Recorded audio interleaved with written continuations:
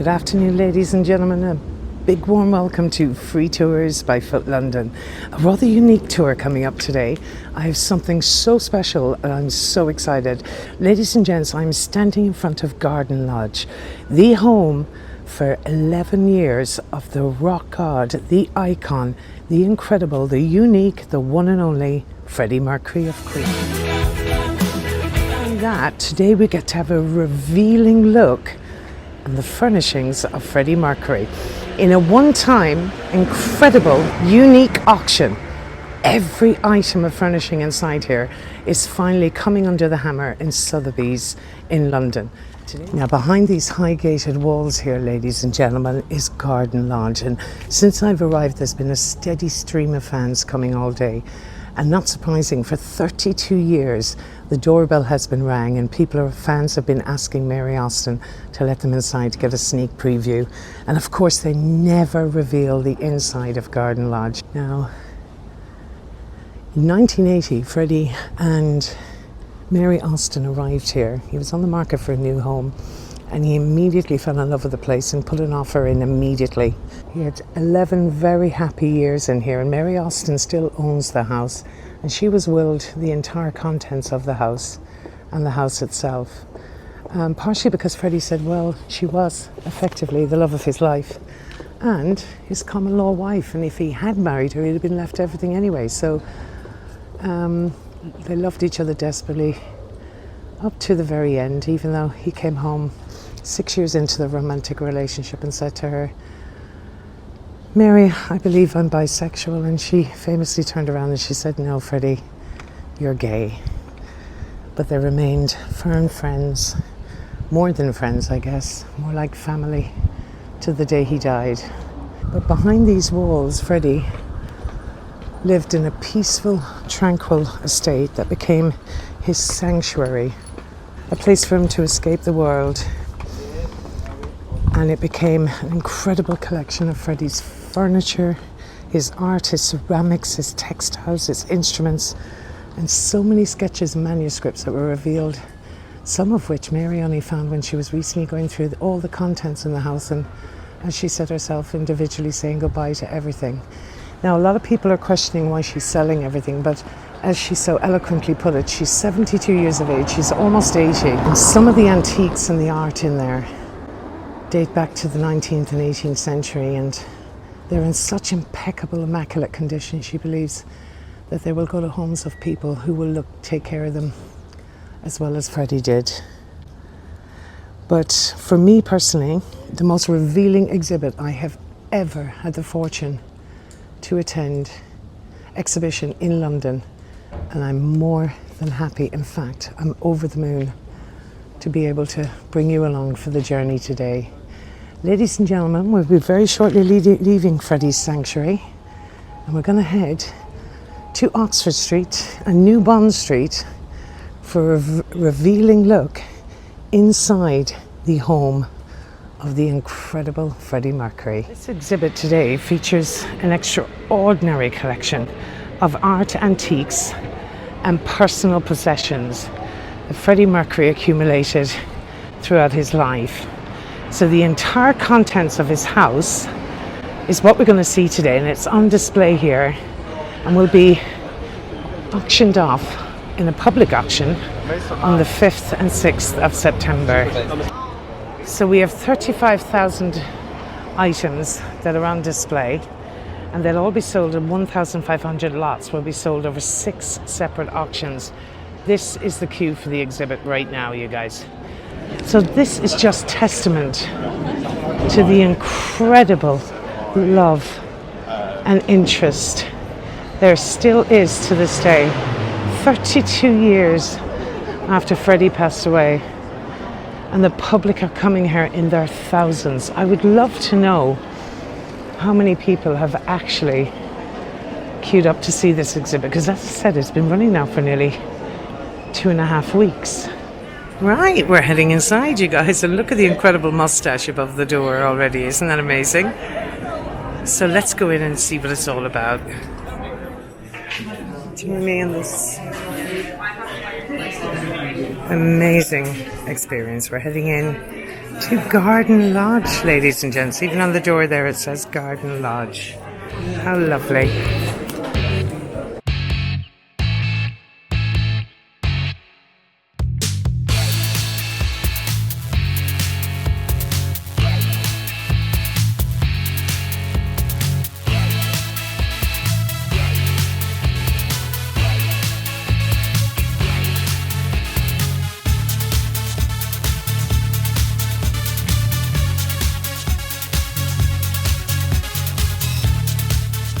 Oh, this is my favourite. Look how exquisite that lamp is. And the table it's on.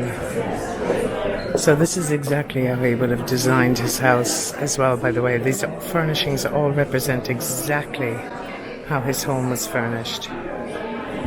What an eye for detail. Just creative in every sense of the word. Just exquisite. Sorry that I'm hooing and hawing and humming and hawing, but this is just too much. Now there's some pictures here with these cats I want to show you.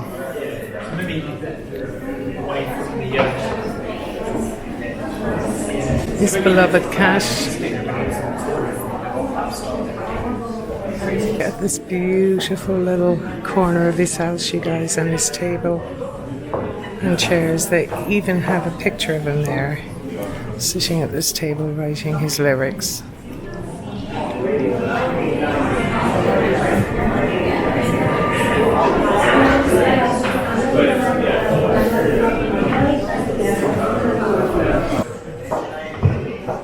Now folks, obviously I can only give you a brief glimpse. I can't go through every item in detail, but this is just magnificent. Look at that piece of furniture. Look at the lacquer. This was my favourite part of the entire house. This would have been his back garden furniture, you guys, I expect. And look at the backdrop. The stunning picture of the back of Garden Lodge. I think this is quite possibly one of the most revealing exhibits I've seen into anybody's home, but you can see how the serenity of this combined with the decadence, but how peaceful his home was. You can tell just by his furnishings it truly was his sanctuary away from his sometimes hedonistic lifestyle, I guess. Some of the more unique items over here again, his artwork. God, what an eye he had, isn't it incredible? Just every bone in his body was born out of being a creative. He was just second to none. Look at this, the cigarettes, you guys, the old pack of cigarettes. And a beautiful tea set, if any of you'd like to buy that. And this is all about his love with Japan. And on the ground floor of Garden Lodge, the Japanese room is set aside to display Freddie's collection of Japanese art, textiles, kimonos and objects, as well as English and Chinese decorative arts. The room held a special significance for Freddie. Visitors only being permitted by express invitation. Wow. While Freddie loved and lived with all his acquisitions, Japanese art was his first love and, according to friends, remained the most important collection for him to the end. Wow.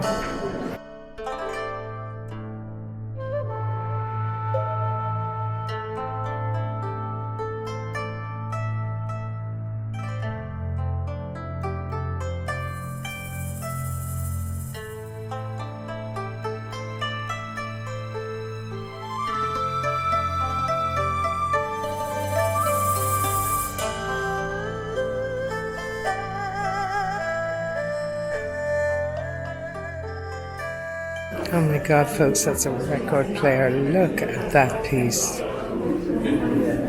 Isn't that exquisite? Look at the detail.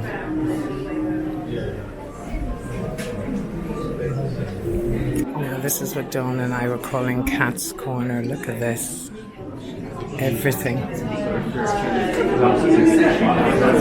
displayed showing his adoration for cats, you guys.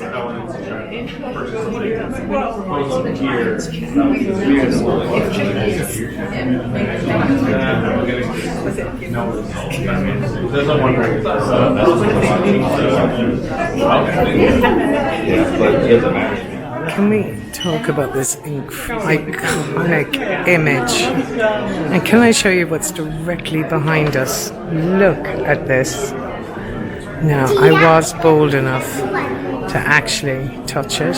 I had to, the one that he used for all his encores, of course. And look at that crown.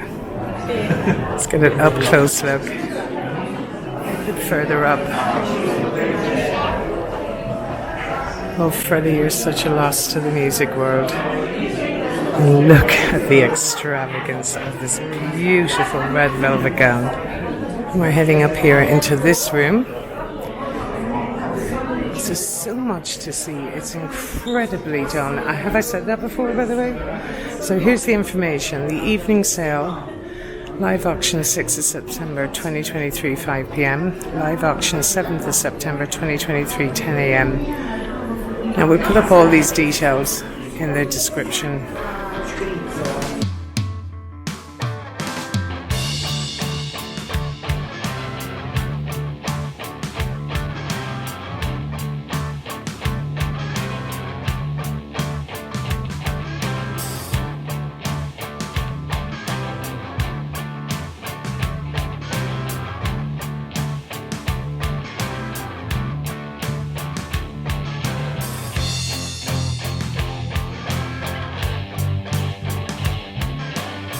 I see he's a fan of Stephen King, all his books on art, Celtic fairy tales, wow, look at this, it's a little coffee table, look at Freddie's Pablo Picasso up for auction, folks, Jacqueline Chapeau Noir, wow. Here's this beautiful Henry Matisse up for sale as well, folks. We've seen Goya, Picasso, Matisse. This one here, Marc Chagall. Now this room is to represent Freddie's dressing room, and where he would try to get himself ready for formal dinners or a simple night out clubbing. And this is what we have to see over here. I'm going to show you a few of these. Look at these.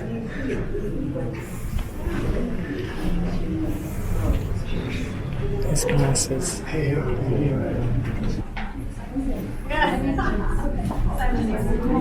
This is Freddie's mustache comb, which I believe has been bid up to 20k at the moment. This is his mustache comb. Look at that, sterling silver.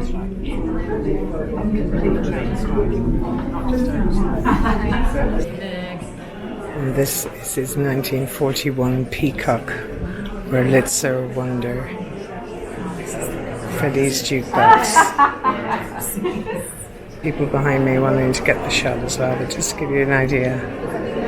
Look how amazing that would be to have in any collector's home. Now we head into the wardrobe department, my lovelies. Look, here we go. Look at this.